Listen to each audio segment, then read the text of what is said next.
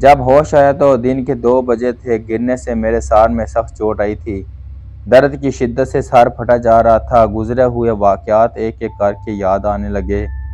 سب سے پہلے مجھے دروازے کا خیال آیا۔ دروازے کی چٹکنی چڑھی ہوئی دیکھ کر اطمینان ہوا۔ میں بے حد خوف زدہ تھا۔ کمرے کا جائزہ لیا۔ ہر چیز اپنی جگہ پر موجود تھی۔ کوئی خلاف معمول بات دکھائی نہ دی۔ میں نے ناشتہ کیا اور لباس تبدیل کر کے کرسی پر بیٹھ کر سگریٹ پینے لگا۔ سخت پریشان تھا کہ اس مصیبت سے کیوں کر نجات پائی جا سکتی ہے۔ سوچتے سوچتے خیال آیا کہ جیمز کی جگہ کی ہوئی کتابوں میں اس کا حل یقیناً موجود ہوگا۔ مجھے وہ کتاب اپنی زندگی یاد آ گئی جسے میں نے گزشتہ رات غصے میں آ کر زمین پر دے پٹکا تھا۔ کمرے میں چاروں طرف نظر دوڑائی، کتاب وہاں نہیں تھی۔ مجھے اچھی طرح یاد تھا کہ پلنگ پر لیٹنے سے قبل میں نے کتاب کو اٹھا کر دوبارہ میز پر رکھا تھا۔ اب وہ کہیں بھی نہ تھی۔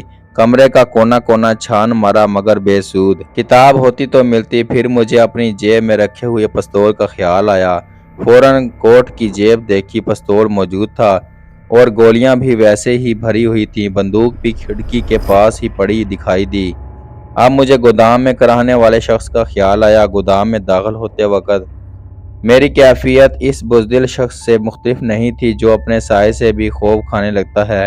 قدم اٹھاتے ہوئے میری ٹانگیں آپس میں ٹکرا رہی تھیں اور دل زور زور سے دھڑکنے لگا تھا، جیسے ابھی سینے کو توڑتا ہوا اچھل کر باہر آ گرے گا۔ گودام خالی تھا۔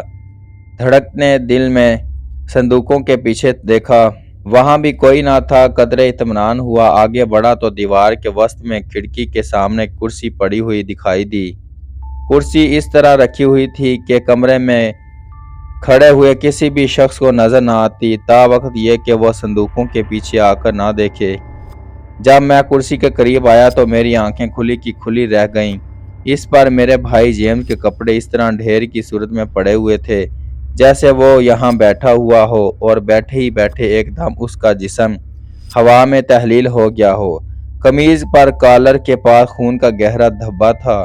میرے لیے یہ منظر ناقابل برداشت تھا۔ باوجود کھڑکی کے بند ہونے اور انتہائی سردی کے میرا جسم پسینے میں نہا گیا۔ یہ سب کیا ہے اور اس کی حقیقت کیا ہے؟ میرے حواس معطل ہو گئے۔ میں لڑکھڑاتے قدموں سے پیچھے پلٹا اور شیلفوں میں لگی ہوئی کتاب کو دیکھنے لگا۔ گمشدہ کتاب ابدی زندگی اپنے سیریل نمبر پر رکھی ہوئی تھی۔ کتاب کو وہاں دیکھ کر مجھے اپنی یادداشت پر بھی شک ہونے لگا۔ کہیں میں خود ہی تو کتاب کو یہاں رکھ کر بھول گیا ہوں۔ میں نے بہت سوچا مگر کسی نتیجے پر نہ پہنچ سکا۔ میں کتاب کو وہاں سے اٹھا کر کمرے میں لایا اور میز کی دراز میں رکھ کر تالا لگا دیا تاکہ میری عدم موجودگی میں بھی کوئی شخص تالا توڑے بغیر نہ لے جا سکے۔ یہ سارے واقعات میرا ذہنی توازن بگاڑنے کے لیے کافی تھے، مگر میں نے کبھی بھی پیش آمدہ حالات کا مقابلہ کرنے اور ان کاری بلاؤں کو فنا کرنے کا مصمم ارادہ کر لیا۔ رات کے واقعات نے میرے تمام نظریات متزلزل کر رکھ دیے تھے اور اب مجھے شیطانی قوتوں پر یقین آنے لگا تھا۔ یقیناً ان بدروحوں نے میرے بھائی جیمز پر قابو پا لیا تھا اور مجھے اپنے بھائی کو ان سے نجات دلانا ہے، چاہے مجھے اپنی جان ہی سے کیوں نہ ہاتھ دھونے پڑیں۔ ان بدروحوں کی تعداد بہت زیادہ تھی اور بندوق یا چھوٹے پستول سے انہیں ختم کرنا ممکن نہیں تھا۔ اس لیے میں نے سوچا کہ ڈائنامائٹ بچھا کر انہیں جہنم واصل کیا جائے، اور اگر کسی نے مکان کے اندر داخل ہونے کی کوشش کی تو اسے میں گولیوں کا نشانہ بنا دوں گا۔ اپنے اسکیم کو عملی جامہ پہنانے کے لیے بارود، بجلی کے تار اور بیٹری خریدنے کے لیے بازار گیا، لیکن افسوس گاؤں کی چھوٹی سی دکان پر یہ چیزیں دستیاب نہ ہو سکی۔ میرے لیے ان چیزوں کو لندن سے خرید کر لانے کے سوا کوئی چارہ نہ تھا۔ لندن تو زیادہ دور نہیں تھا، مگر وہاں تک جا کر مطلوبہ اشیاء خرید کر واپس گاؤں پہنچنے کے لیے کم از کم 4 گھنٹے درکار تھے۔ گویا میں رات کے 9 بجے سے پہلے واپس نہیں آ سکتا تھا۔ سورج غروب ہونے میں کچھ زیادہ دیر نہیں لگی، جس کی وجہ سے مجھے اپنی اسکیم ناکام ہوتی ہوئی محسوس ہوئی۔ ظاہر ہے رات کے 9 بجے کے بعد مکان کے چاروں طرف ڈائنامائٹ بچھانا کسی بھی صورت میں ممکن نہ تھا، اس لیے یہ کام کرنے کے لیے دوسرے دن کا انتظار کرنا پڑا۔ مختصر یہ کہ میں ہر طرح سے مجبور تھا۔ لندن سے جب میں واپس گاؤں پہنچا تو 9:30 بج چکے تھے۔ آدھے گھنٹے کی مزید تاخیر نے میری پریشانی کو کچھ اور بھی بڑھا دیا۔ گھر میں داخل ہوتے وقت مجھے انجانا سا خوف محسوس ہو رہا تھا، جس کو رات کی گھٹا ٹوپ تاریکی نے کچھ اور بھی بڑھا دیا تھا۔ آپ یقین کریں یا نہ کریں، لیکن یہ حقیقت ہے کہ میں نے کمرے میں جا کر ڈر کے مارے دروازے کو اندر سے مقفل کر دیا۔ ایک دو مرتبہ تو گاؤں میں کتوں کی آواز سن کر ہی میرے پسینے چھوٹ گئے۔ حالانکہ یہ کوئی غیر معمولی بات نہ تھی، اضطراب اس قدر بڑھ گیا تھا کہ میں یہ بار بار کلائی پر بندھی ہوئی گھڑی میں وقت دیکھتا۔ ایسے محسوس ہو رہا تھا جیسے وقت کی رفتار تھام گئی ہے، گھڑی کی سوئیاں بہت ہی آہستہ رینگ رہی ہیں۔ رات طویل تر ہو چکی ہے، چاند نکلا، تاریکی چھٹنے لگی، پر ہول خاموشی کو اڑتے ہوئے پرندوں نے توڑا۔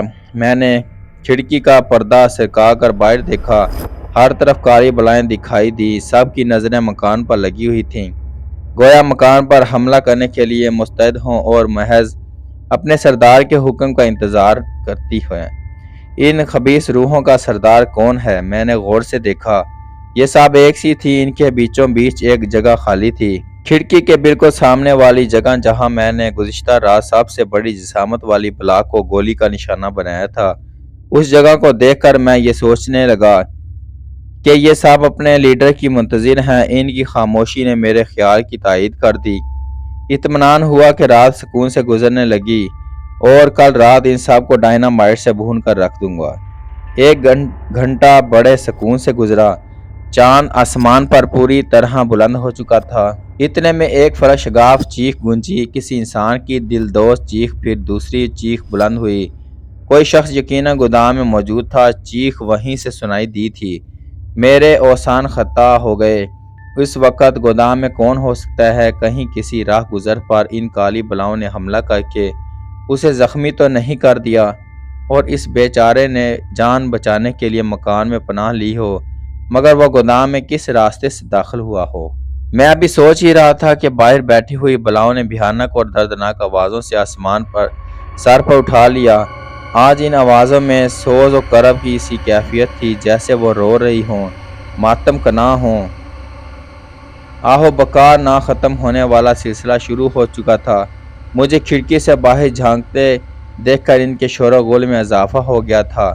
دو پرندے مجھ پر حملہ کرنے کے لیے جھپٹے، مگر پھر کھڑکی کے قریب پہنچ کر چیختے ہوئے واپس پلٹے۔ میں حیران تھا کہ آخر انہیں مجھ پر حملہ کرنے میں کون سی چیز حائل ہے۔ میں نے فوراً ہی کھڑکی بند کر دی اور خدا کا شکر ادا کیا، کھڑکی میں لگی ہوئی لوہے کی سلاخوں کی وجہ سے میری جان بچ گئی۔ اس وقت مجھ پر کھڑا رہنے کی بھی سخت نہ رہی۔ میں قریب ہی کرسی پر بیٹھ گیا، جیب سے سگریٹ نکال کر سلگاتے وقت میری انگلیاں کانپ رہی تھی۔ میری حالت مردوں کی سی تھی، کاٹوں تو بدن میں لہو نہیں۔ میرے دل کی دھڑکنیں غیر معمولی طور پر تیز ہو گئی تھی اور تازہ انسان چیخ سن کر میں غیر ارادی طور پر کرسی سے اٹھ کھڑا ہوا۔ اتنی گھبراہٹ ہوئی کہ کرسی اوندھی ہو کر فرش پر گر پڑی۔ گودام میں چھپے ہوئے شخص کی مدد کرنی چاہیے، یہ میرا اخلاقی فرض ہے، جبکہ میرے پستول اور بندوق دونوں چیزیں موجود ہیں، میں نے سوچا، اور دائیں ہاتھ میں پستول اور بائیں ہاتھ میں چھوٹی ٹارچ لے کر کمرے سے نکلا۔ گودام میں مکمل تاریکی تھی اور پراسرار خاموشی سے میرا دل دہل گیا۔ تھوڑی دیر تک دروازے ہی میں کھڑا چاروں طرف گھورتا رہا۔ میری آنکھیں تاریکی سے مانوس ہو گئی، مگر وہاں کوئی دکھائی نہ دیا، نہ کوئی آہٹ اور نہ کوئی کپڑوں کی سرسراہٹ۔ میں نے جیبی ٹارچ کو روشن کر کے دیکھا، وہاں کوئی نہ تھا۔ دبے پاؤں اندر داخل ہو کر پیٹیوں کی طرف بڑھا تاکہ بعد میں پریشانی کا امکان ہی نہ رہے۔ ابھی میں پیٹیوں کے قریب پہنچا ہی تھا کہ کھڑکی کھلنے کی دھیمی سی چرچراہٹ سنائی دی، جیسے کوئی شخص بڑی احتیاط سے کھڑکی کو کھول رہا ہے۔ میرے دماغ میں طرح طرح کے خیالات گشت کرنے لگے اور میں جلدی سے آگے بڑھا تاکہ کھڑکی کے راستے سے جو شخص بھی باہر نکلنا چاہتا ہے اسے پکڑ لوں۔ پستول میرے ہاتھ میں تھا اور میں نے تہیہ کر لیا کہ صورتحال کا مقابلہ کروں گا، 6 کی 6 گولیاں چلا دوں گا، چاہے کوئی مرے یا زندہ رہے۔ مجھے اس سے غرض نہیں، مگر آپ یقین جانیے کہ میں ایک گولی بھی نہ چلا سکا۔ گولی کس طرح چلاتا ہے؟ میرے سامنے میرا چھوٹا بھائی جیمز کھڑا تھا، میرا بھائی جسے میں تلاش کرتا پھر رہا تھا۔ اس کی خاطر میں اپنی جان کی بازی لگائے ان منحوس کالی بلاؤں کی ہولناک آوازیں گزشتہ 2 راتوں سے سن رہا تھا۔ میں نے اسے پکارا، جیمز! وہ کھڑکی سے باہر کودتے ہوئے رکا، پلٹا اور پھر میری جانب لپکا۔ اس کے ہاتھ میرے گلے کی طرف بڑھے، آنکھوں سے وحشت ٹپک رہی تھی اور چہرے سے نفرت کا بے پناہ اظہار ہو رہا تھا۔ میں ڈر کے ایک قدم پیچھے کو ہٹا۔ وہ آگے بڑھتا کیا، لیکن میرے قریب پہنچتے ہی ایک فلش گاف چیخ مارتا ہوا پیچھے کی طرف بھاگا اور میرے دیکھتے ہی دیکھتے کھڑکی سے باہر کود گیا۔ کاش میں جیمز کو نہ دیکھتا۔ وہ منظر آج بھی یاد کر کے میرے رونگٹے کھڑے ہو جاتے ہیں۔ اس کی ٹھوڑی سے نیچے گردن میں سوراخ تھا اور شاہ راگ میں سے قطرہ قطرہ خون ٹپک رہا تھا، جس کی وجہ سے سر ایک طرف لٹک رہا تھا۔ خوف کے مارے آواز میرے حلق میں اٹک کر رہ گئی۔ میں بھاگ کر گودام سے نکلا اور کمرے میں آ کر دروازے کو اندر سے مقفل کر لیا۔ میرا سانس پھولا ہوا تھا اور میں یوں ہانپ رہا تھا جیسے کئی میل کی دوڑ لگائی ہو۔ تھوڑی دیر بعد اوسان بحال ہوئے، لیکن میں اب تک ایک بات نہیں سمجھ پایا تھا کہ تھوڑی دیر بعد جب 2 پرندے مجھ پر حملہ کے لیے جھپٹے تھے تو چیختے ہوئے واپس کیوں پلٹ گئے تھے۔ اب جیمز نے بھی ایسا ہی کیا تھا۔ وہ مجھے ہلاک کرنے کے لیے میری طرف بڑا مگر چیختا ہوا بھاگ کیوں گیا؟ بہت دیر تک سوچنے کے بعد میں اس نتیجے پر پہنچا، ان بدروحوں کو سلیب سے ڈر لگتا ہے اور اسی لیے وہ اب تک مجھے کسی قسم کا نقصان نہیں پہنچا سکے، ورنہ وہ کبھی بھی مجھے اس مکان میں زندہ نہ چھوڑتی۔ اس خیال سے میری ہمت بندھی کہ بوڑھے ولیم کی دی ہوئی سلیب مجھے ان افواہ سے بچائے ہوئے ہے اور کوئی بھی شیطانی قوت میرا بال بیکا نہیں کر سکتی۔ میں نے کانپتے دھاتوں سے کھڑکی کا پردہ سرکا کر باہر دیکھا۔ یہ بلائیں اب تک شور ہی مچا رہی تھیں۔ ان کی ہیبت ناک آوازوں میں نمایاں تبدیلی آ چکی تھی اور اب ان میں کرب کا نہیں بلکہ شدید غصے اور نفرت کا اظہار ہو رہا تھا۔ سب سے عجیب بات یہ ہوئی کہ جس جگہ پر ان کا لیڈر اب بیٹھا ہوا تھا، وہی بلند قامت جسے گزشتہ شب میں نے گولی سے زخمی کر دیا تھا، اس کی گردن میں اب تک گہرا نشان موجود تھا، جو اس کی بڑی سی مکروہ چونچ کے عین نیچے گولی کے لگنے سے ہو گیا تھا۔ اس کی گردن بھی ایک طرف لٹک رہی تھی۔ میرے لیے یہ منظر انتہائی تکلیف دہ ثابت ہوا۔ میں نے گولی سے اپنے بھائی کو شدید زخمی کر دیا تھا۔ جیمز ہی ان بدروحوں کا سردار تھا۔ دل کو ہلا دینے والی آوازیں بدستور جاری تھیں۔ یہ سلسلہ تمام رات جاری رہا اور میں ایک پل کے لیے بھی نہ سو سکا۔ اب مجھے اس مکان سے ڈر لگنے لگا تھا۔ یہ مکان اب بدروحوں کا مسکن تھا، اسی لیے گاؤں کے لوگ جیمز کے خوف زدہ و متنفر تھے۔ ان کی نفرت جائز تھی، مگر اس کا حل کیا ہے؟ میں سوچنے لگا، مجھے سب سے پہلے اس کتاب ابدی زندگی کو جلا دینا چاہیے، یہی سارے ہنگامے کا سبب ہے۔ میں نے جیب سے چابی نکالی اور میز کی دراز کھولی۔ وہ خالی تھی۔ کتاب ایک بار پھر غائب ہو چکی تھی۔ ایسے حالات میں میرے لیے گودام میں جا کر کتاب تلاش کرنا ممکن نہ تھا۔ میں کمرے سے باہر نکلتے ہوئے ڈر رہا تھا، اس لیے صبح تک کمرے میں بند رہنا ہی بہتر سمجھا۔ یہی کمرہ میری بہترین پناہ گاہ تھی۔ وقت کی رفتار بے حد سست تھی۔ کمرے کی پرہول تاریکی میں بھیانک آوازیں میرے لیے عذاب بن گئیں۔ میں سگریٹ پر سگریٹ پھونکتے جا رہا تھا، خدا خدا کر کے صبح ہوئی اور ان بدروحوں سے نجات ملی۔ صبح تڑکے ہی میں نے مکان کے چاروں طرف 10-10 گز تک ڈائنامائٹ کا گھنا جال بچھا دیا اور تاروں کا کنیکشن بیٹری سے ملا کر پہاڑ تک لے گیا، جہاں ایک بڑے پتھر کے پیچھے 4-5 آدمیوں کے چھپ کر محفوظ بیٹھنے کی جگہ تھی۔ سورج نکلنے سے پیشتر ہی سب کام سے فارغ ہو کر میں سیدھا پولیس اسٹیشن اپنے دوست انسپکٹر مالکم سے ملنے گیا۔ اس سے تمام حالات اور واقعات سے آگاہ کیا۔ اس نے پوری بات سن کر میرے خیال کی تائید کی اور دروازے سے اتفاق کرتے ہوئے بتایا کہ وہ پہلے ہی اس مکان کو تباہ کرنے کا فیصلہ کر چکا تھا، لیکن میری اجازت کے بغیر وہ ایسا نہیں کر سکتا تھا۔ پولیس اسٹیشن سے ہم دونوں مکان کی طرف چل دیا، کیونکہ وہ دوبارہ اس منحوس مکان میں تنہا جاتے ہوئے ڈر رہا تھا۔ ہم دونوں نے مل کر سارے مکان کی تلاشی لی، لیکن کوئی ایسی علامت ظاہر نہیں ہوئی جس سے پتہ چلتا کہ یہ مکان بدروحوں کا مسکن ہے۔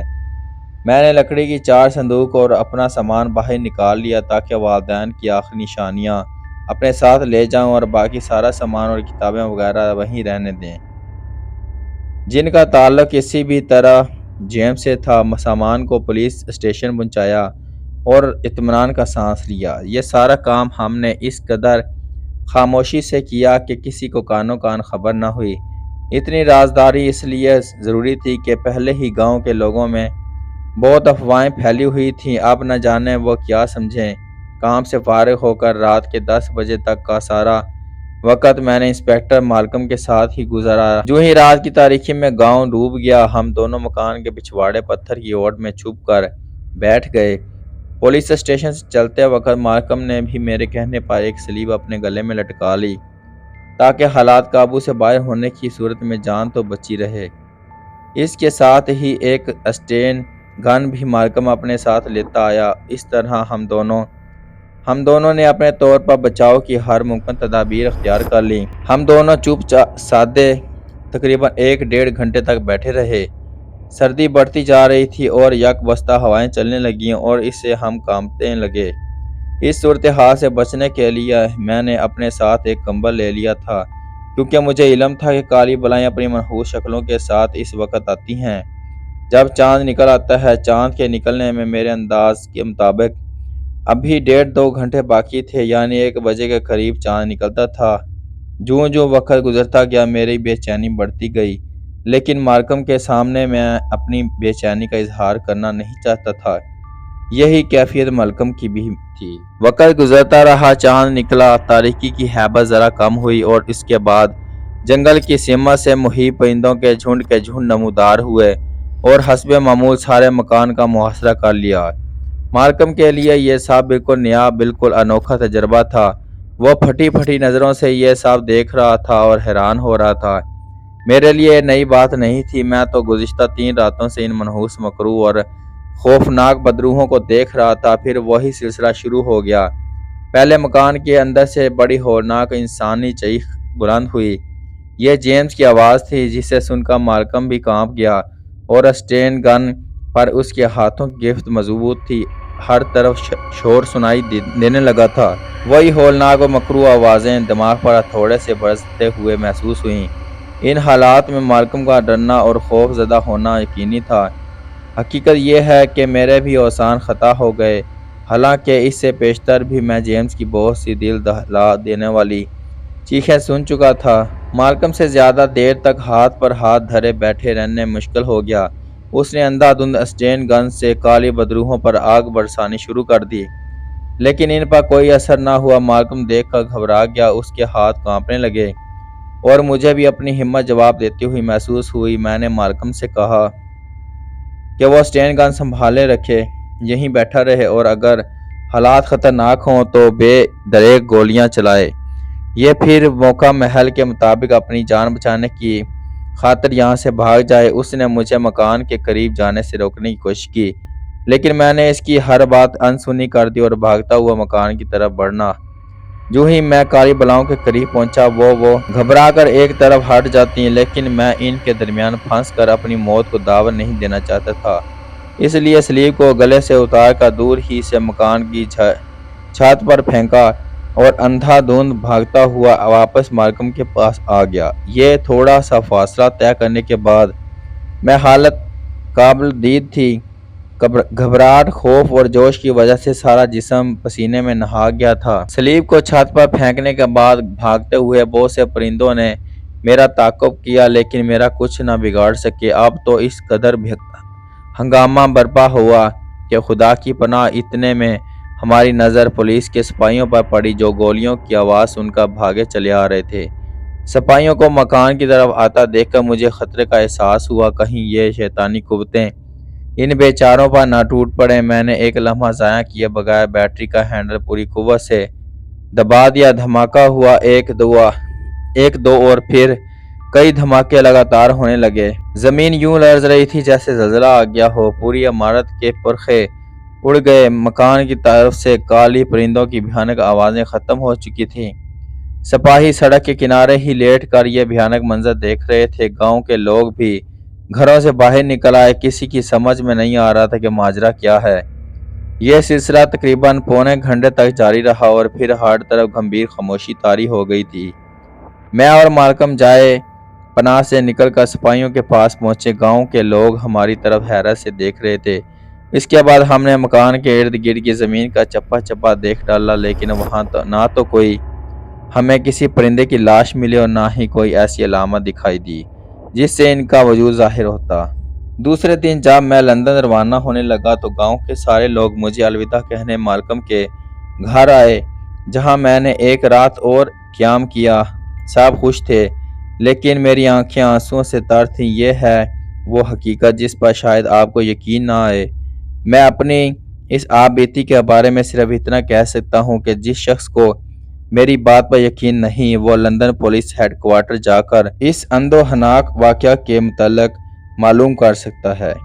کہانی اچھی لگی ہو تو پلیز کمنٹ کر کے ضرور بتائیں، اور دوستوں کے ساتھ بھی شیئر کریں اور چینل کو سبسکرائب کریں۔ شکریہ۔